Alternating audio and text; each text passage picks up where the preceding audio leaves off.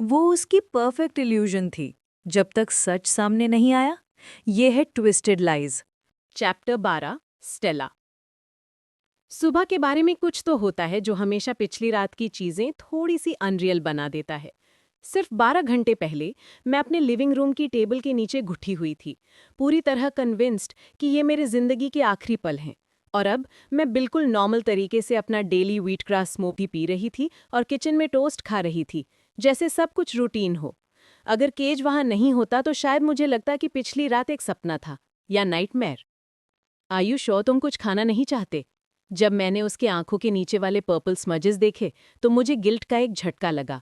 वो रात भर जागा होगा और उसे पता भी नहीं था कि उसे ओवरनाइट शिफ्ट पर बुला लिया जाएगा। आखिरी बार कब सोया था वो? या मुझे अब निकलना होगा। क्रिश्चियन ने बोला था तुम जाग गई हो तो मुझे फ्री कर दे। केज ने मुझे एक फ्राउन दिया। तुम ठीक हो ना? Yep, I will be fine. मैंने अपनी आवाज में एक्स्ट्रा पेप डाला। अगर मैं एक्ट करूं कि सब ओके है तो शायद सब ओके लगने लगे। वैसे भी सुबह की रोशनी में पिछली रात का पैनिक कुछ ज्यादा ही लग रहा था। वो सिर्फ एक नोट था। मैं एक हाईली सिक्योर बिल्डिंग में रहती हूँ। मेरे आसपास हमेशा लोग रहते हैं जब मैं बाहर जाती हूँ, और क्रिश्चियन उस नोट का फोरेंसिक एनालिसिस करवा रहा था। वो इस काम में बेस्ट था। मुझे यकीन था वो कल्प्रिट को जल्दी ढूंढ लेगा। केज पूरी तरह कन्विंस्ड नहीं लग रहा था, पर उसने आर्ग्यू भी नहीं किया। उसके जाने के बाद मैंने अपना मॉर्निंग रूटीन फॉलो करने की कोशिश की।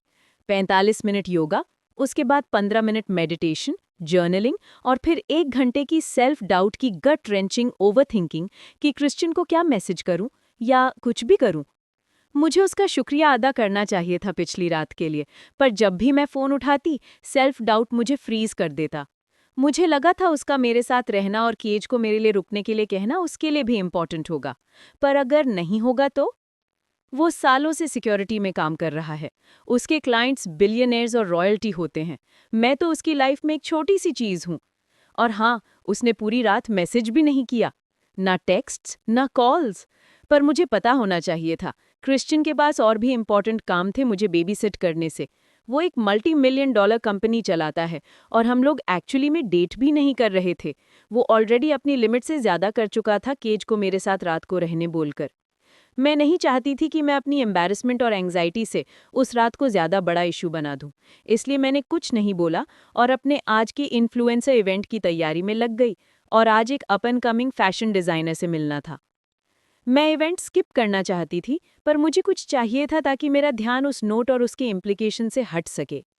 You were supposed to wait for me, Stella, you didn't. जैसे ही मैंने अपने अपार्टमेंट का दरवाज़ा लॉक किया, मेरी स्पाइन में एक शिवर दौड़ गया। मैं सालों से कॉफ़ी नहीं पीती, पर आज जितना जंपी महसूस कर रही थी, लग रहा था जैसे 5 शॉट्स एस्प्रेसो एक साथ पी ली हूँ। It's fine, you will be in public, everything will be just fine. Event उतना ज्यादा फन निकला जितना मैंने एक्सपेक्ट नहीं किया था। ये डिजाइनर लीला अमीरी की न्यू कलेक्शन का अर्ली लुक था और कपड़े इनक्रेडिबल थे। एलिगेंस और सेक्सीनेस का परफेक्ट मिक्स। लीला खुद भी काफी फ्रेंडली थी, जो फैशन वर्ल्ड में रेयर होता है। हमने एक दूसरे के कॉन्टैक्ट इन्फो भी एक्सचेंज किए ताकि कभी कॉफी पे मिल सकें। जब वो अपनी पब्लिसिस्ट से बात करने गई, मैं एक stunning semi share black gown के सामने रुक गई, जो सटल गोल्डन थ्रेड्स में शिमर कर रहा था। स्कर्ट ग्राउंड को एक लैविश स्वीप देती हुई फ्लोर तक जाती थी, और लाइट्स के नीचे वो ऐसा लग रहा था जैसे स्टार से वोवन हो। गाउनी क्वालिटी का मास्टरपीस था, डिजाइन और क्राफ्ट्समैनशिप दोनों पर्सपेक्टिव से। मेरा माइंड अपने अनफिनिश्ड फैशन स्केचेस की स्टैक की तरफ चला गया, जो ड्रॉर के पीछे दबे पड़े थे। गिल्ट ने मुझे कस के झुंझोड़ा। मैंने लास्ट टाइम कब स्केच किया था? 2 साल पहले? शायद 3। मैं हमेशा अपना फैशन ब्रांड स्टार्ट करना चाहती थी। इसी वजह से मैंने ब्लॉगिंग शुरू की और डीसी स्टाइल की जॉब ली। मैं इंडस्ट्री में अपना नाम बनाना चाहती थी और राइट कनेक्शंस बनाना चाहती थी। लेकिन रास्ते में कहीं मैं डेली इमरजेंसीज, ब्रांड पार्टनरशिप्स और फॉलोअर अकाउंट्स में इतनी उलझ गई कि अपना एंड गोल ही भूल गई। गिल्ट और बढ़ गया। मैंने खुद से बोला कि मेरे पास ब्रांड स्टार्ट करने के पैसे नहीं है, लेकिन सच ये था कि मैंने ट्राई ही नहीं किया था। मैं बस कुछ काम करने की कोशिश नहीं कर रही थी। फोन वाइब्रेट होने लगा और मैं अपने थॉट से बाहर आई। नटालिया। ड्रेड ने बाकी सब इमोशंस को रेनस्टॉर्म में जलती कैंडल से भी जल्दी बुझा दिया। मुझे अपनी सिस्टर के कॉल से ऐसा फील नहीं करना चाहिए, पर ये वैसे ही स्ट्रेसफुल होते थे जैसे पहले मेरेडिथ के कॉल्स होते थे। मैंने एक डीप ब्रेथ ली। कूल, काम, कलेक्टेड। हाय नैट। मैंने सिर झुकाया और कॉर्नर के क्वाइट एरिया में चली गई। हाय, डिनर प्लान्स चेंज हो गए हैं, नटालिया ने क्रिस्प नो नॉनसेंस टोन में बोला। डैड को कल लास्ट मिनट काम है तो डिनर आज शाम को शिफ्ट हो गया है। क्या तुम आ सकती हो या फिर बोलूं कि तुम बिजी हो? मुझे बताऊं कि मैं उन्हें डिसअपॉइंट नहीं करना चाहती फिर से। नटालिया और मैं ज्यादा क्लोज नहीं थे, लेकिन मैं उसकी बातों का सबटेक्स्ट पढ़ सकती थी। आज रात? मैंने क्लॉक चेक किया। 5 बजने वाले थे। नैट, 2 घंटे बचे हैं। मैं इवेंट पे हूं अभी। इवेंट खत्म होने वाला था और पेरेंट्स का हाउस वर्जीनिया में ज्यादा दूर नहीं था, लेकिन मैं मेंटली रेडी नहीं थी। मैंने सोचा था 1 हफ्ते का टाइम मिलेगा मंथली फैमिली डिनर के लिए मेंटली प्रिपेयर होने का। स्वेट मेरे स्किन पर आ गया जब मैंने अलोंजो डिनर में बिना प्रिपेयर हुए एंट्री सोची। जब हमारे इन्फ्लुएंसर कमिटमेंट जरा सी लाइफ और डेथ होते हैं, हम सब बिजी हैं। Dad literally peace deal negotiate कर रहे हैं। तो तुम्हारे हो या मैं बोलूं कि तुम बिजी हो? मैं आ जाऊंगी। मैंने फोन इतना टाइट पकड़ लिया कि छोटी सी क्रैक की साउंड आ गई। गुड। और मॉम और डैड तुम्हारे बॉयफ्रेंड को भी मिलना चाहते हैं। मेरा स्टमक फ्लिप हो गया। व्हाट? तुम्हारा बॉयफ्रेंड? नटालिया ने धीरे से बोला। जो इंस्टाग्राम पे तुम पिक्स डाल रही हो, मॉम और डैड उसे मिलना चाहते हैं। Over my dead body. There was no way in hell कि मैं क्रिश्चियन को इतनी इंटीमेट चीज फैमिली डिनर पर लेकर जाती। इससे हमारे अरेंजमेंट की लाइंस ब्लर हो जाती। वो नहीं आ पाएगा, उसका आज एक इम्पॉर्टेंट बिजनेस डिनर है। मैं झूठ बोलने में डेंजरसली अच्छी होती जा रही थी, पहले अपने फॉलोअर्स से, अब अपनी फैमिली से। पहले पिया हुआ ड्रिंक मेरे स्टमक में उथल पुथल कर रहा था। मुझे हल्का सा लाइट हेडेड फील हो रहा था। फाइन, नटालिया ने फ्लैट टोन में कहा। बस तुम आ जाना, लेट मत होना। उसने फोन रख दिया। तुमसे बात करके बहुत अच्छा लगा, मैंने मटर किया। मैंने फोन पर्स में डाला और पासिंग सर्वर की ट्रे से एक और कॉकटेल उठा लिया। स्टिल थोड़ी सी चक्कर सी थी, बट अगर आज रात फैमिली का सामना करना था तो जितनी लिक्विड करेज मिल सकती थी, सब चाहिए थी। एक्सपेक्टेड ही था, मेरे पेरेंट्स खुश नहीं थे जब मैं क्रिश्चियन के बिना पहुंची। वो हमेशा अपनी मर्जी के आदत वाले थे, और जब चीजें उनके हिसाब से नहीं होती, किसी के लिए प्लेजेंट नहीं होता। इट्स अ शेम तुम्हारा बॉयफ्रेंड नहीं आ सका, मॉम ने अपनी प्लेट पर क्रीम्ड कॉर्न स्पून करते हुए बोला। हम एक्सपेक्ट कर रहे थे कि वो हमें मिलने में थोड़ा एफर्ट करे, स्पेशली जब तक हमें पता भी नहीं था कि वो एग्जिस्ट करता है, जब तक नटालिया ने नहीं बताया। उसकी टोन में डिसअप्रूवल क्लियरली दिख रहा था। मेरे पेरेंट्स दोनों सोशल मीडिया पर एक्टिव नहीं थे, तो मुझे सरप्राइज नहीं हुआ कि वो नटालिया पर ही रिलाई करते थे मेरे लाइफ अपडेट्स के लिए।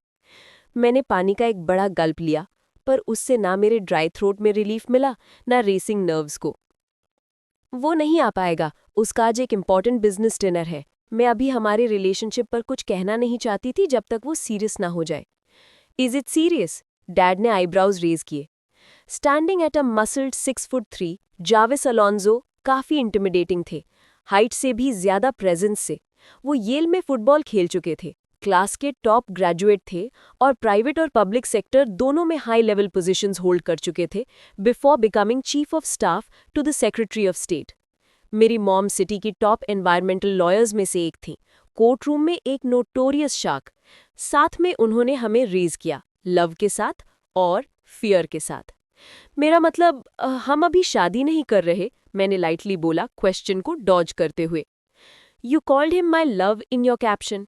ये काफी सीरियस लगता है, तुम कितने टाइम से डेट कर रहे हो? मैंने उसकी तरफ गुस्से से देखा और वो इनोसेंट एक्ट करने लगे। 3 months। क्रिश्चियन और मैं अग्रीड थे कि ये हमारी रिलेशनशिप के लिए एक डिसेंट टाइम फ्रेम है। काफी लंबा ताकि लोग सीरियस समझे, पर इतना लंबा नहीं कि कोई सवाल पैदा हो कि हमने पहले क्यों नहीं बताया। He will come to our next dinner. Mom की वॉइस लॉयर मोड में शिफ्ट हो गई, वो वाली वॉइस जो कोई इग्नोर नहीं करता, इंक्लूडिंग डैड। 1 month उसके शेड्यूल क्लियर करने के लिए काफी होना चाहिए। डैड ने ऐड किया, येस ऑफ कोर्स।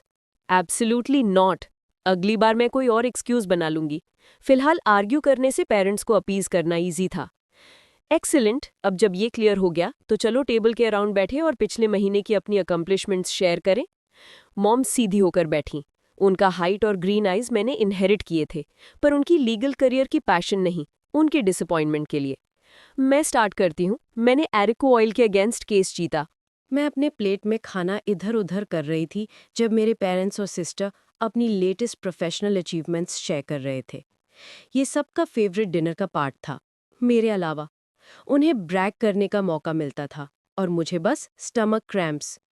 पापा के मल्टी कंट्री टूर के बारे में बताने के बाद अब मेरी सिस्टर की बारी थी। जैसे आप लोग जानते हो, मुझे काम पे प्रमोशन के लिए कंसिडर किया जा रहा था। कंपटीशन स्ट्रांग था, लेकिन नटालिया ने टेबल के अराउंड लुक किया, एक्साइटमेंट से ग्लोइंग फेस के साथ। मुझे मिल गया, मुझे प्रमोशन मिल गया। अब वर्ल्ड बैंक की न्यूएस्ट वाइस प्रेसिडेंट हूँ। वो बीम कर रही थी जब मेरे पेरेंट्स कंग्रेचुलेटरी चीयर्स करने लगे और मेरा स्टमक एंकर की तरह नीचे डूब गया। Congrats Nate. मैंने अपना थ्रोट क्लियर किया और एक मुस्कुराहट फोर्स की। वो कमाल है। मैं उसके लिए खुश थी, सच में। लेकिन जैसे हमेशा होता है, मेरी फैमिली की अकॉम्प्लिशमेंट्स सुनकर मुझे अपनी इनएडिक्वेसीज याद आ जाती थी। मेरी मॉम एनवायरनमेंट सेव कर रही थी, मेरे डैड वर्ल्ड पीस नेगोशिएट कर रहे थे और मेरी सिस्टर वर्ल्ड बैंक हिस्ट्री की यंगेस्ट प्रेसिडेंट बनने की रेस में थी। और मैं क्या कर रही थी? एक ऐसे कैंपेन की उम्मीद पकड़ के बैठी थी जो मुझे मिले या ना मिले। एक ऐसे आदमी को डेट करने का प्रिटेंड कर रही थी जिससे मैं शायद पसंद भी नहीं करती थी, और 900 लोगों से मेरे रिलेशनशिप स्टेटस के बारे में झूठ बोल रही थी। जब मेरी फैमिली लाइफ की लग्जरी क्रूज पर डाइकरीज सिप कर रही थी, मैं बस पानी के ऊपर सर रखने की ट्राई कर रही थी। नटालिया की प्रमोशन वाली हलचल के शांत होते ही सबकी नज़र मुझ पर आ गई। स्टेला, पापा ने प्रॉम्प्ट किया, इस महीने तुमने क्या अचीव किया? मैं फायर्ड हो गई क्योंकि मैंने सैटरडे नाइट को कुछ आवर्स तक फ़ोन चेक नहीं किया। लेकिन ब्राइट साइड ये था कि मैंने उस आदमी की पिक्चर पोस्ट करने के बाद, जिससे मैं डेट कर रही हूँ, एज अ पब्लिसिटी स्टंट मेरे 10,000 फॉलोअर्स बढ़ गए थे। वेल, मैंने थ्रोट क्लियर किया और कुछ सेफ बोलने के लिए स्क्रैम्बल किया। मेरा ब्लॉग टॉप। तभी पापा का फ़ोन रिंग हो गया। Excuse me. उन्होंने एक फिंगर उठा दिया।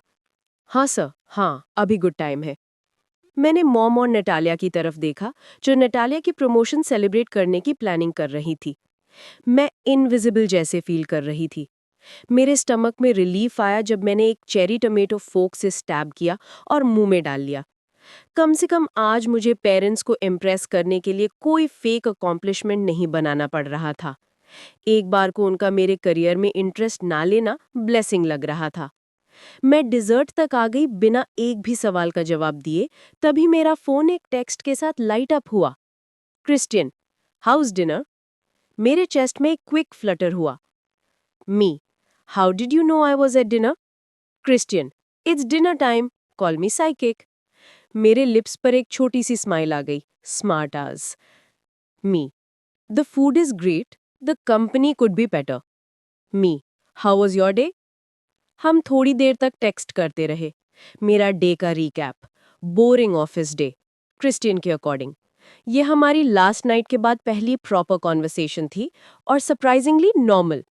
डिजर्ट खत्म होने तक हम दोनों ने उस नोट का जिक्र नहीं किया जो कल रात हुआ था। Christian, I have some updates regarding last night. Christian, when will you be home? मुझे उसके टेक्स्ट के टोन में चेंज बिल्कुल क्लियरली सुनाई दे रहा था। रिप्लाई टाइप करते टाइम मेरे स्टमक में नर्व से पिंच हुआ। इन द नेक्स्ट आवर और सो। इस टाइम ऑफ नाइट ट्रेन्स कम चलती थी। Give me your address and I will send a car. Until we find the person who sent the note, you shouldn't be taking the metro by yourself this late at night. एक अजीब सी वर्मथ मेरी veins में दौड़ गई। Normally मैं उसकी बात मना कर देती, लेकिन मैं वापस अकेली मेट्रो नहीं लेना चाहती थी।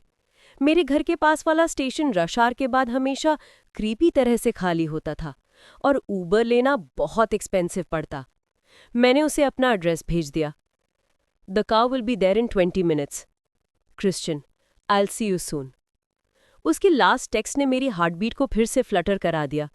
उसकी सिंपल सी प्रॉमिस से इतना एक्साइटेड फील नहीं करना चाहिए था, पर पता नहीं क्यों कर रही थी। तो ये थी आज की कहानी दोस्तों। कैसी लगी आपको कमेंट में ज़रूर बताएं और नेक्स्ट पार्ट के लिए सब्सक्राइब करें। Thank you.